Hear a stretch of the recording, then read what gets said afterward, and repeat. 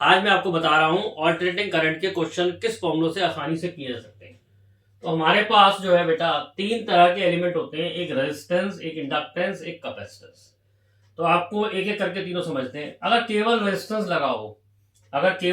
लगा हो, तो ई नॉट जो होता है वो होता है ई नॉट साइन ओमेगा टी, यानी कि ये वोल्टेज की वैल्यू है। तो करंट की वैल्यू होगी I nought sine omega T. जो फेस ईएमएफ का है वही फेस करंट का है, फेस डिफरेंस जीरो होता है। और पीक वैल्यू निकालने के लिए ई नॉट अपॉन आर करना पड़ेगा, और आरएमएस वैल्यू निकालने के लिए E R M S upon R करना पड़ेगा। और फेजर दोनों एक के ऊपर एक आएंगे, करंट का फेजर और वोल्टेज का फेजर एक के ऊपर एक आएंगे, क्योंकि फेज एंगल जो है, फेज डिफरेंस जो है वो जीरो है। अगर केवल इंडक्टेंस का क्वेश्चन सॉल्व करना है तो ई बराबर E nought sine omega T, और करंट की वैल्यू होगी I nought sine omega T minus pi by to.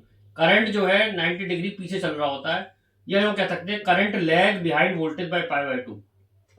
अगर पीक वैल्यू यहां निकालनी है तो हमें ई नॉट अपॉन एक्सएल करना पड़ेगा। एक्सएल को हम बोलते हैं इंडक्टिव रिएक्टेंस।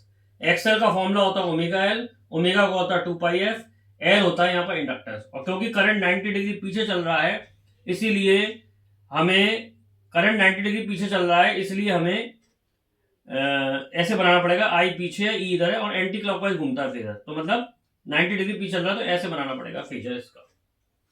और एक्सेल का फ्रीक्वेंसी के संग क्या रिलेशन है? एक्सेल का फ्रीक्वेंसी के संग डायरेक्ट रिलेशन है, इसलिए ग्राफ स्ट्रेट लाइन आएगा। अगर केवल कैपेसिटेंस आ जाए तो ई तो E nought sine omega T होता है, लेकिन जो करंट होता है वो पाई बाई टू आगे चलता है, तो I nought sine omega T plus pi by to.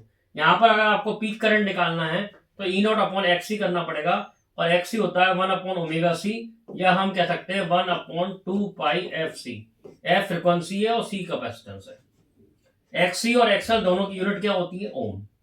अब इसमें करंट 90 डिग्री आगे चल रहा है, तो हम ऐसा भी बना सकते हैं फेजर कि करंट 90 डिग्री आगे चल रहा है, या फिर हम ऐसा भी बना सकते हैं कि करंट इधर है और कैपेसिटर का वोल्टेज इधर है, तब भी करंट 90 डिग्री आगे चल रहा है या आगे फेस में है 90 डिग्री।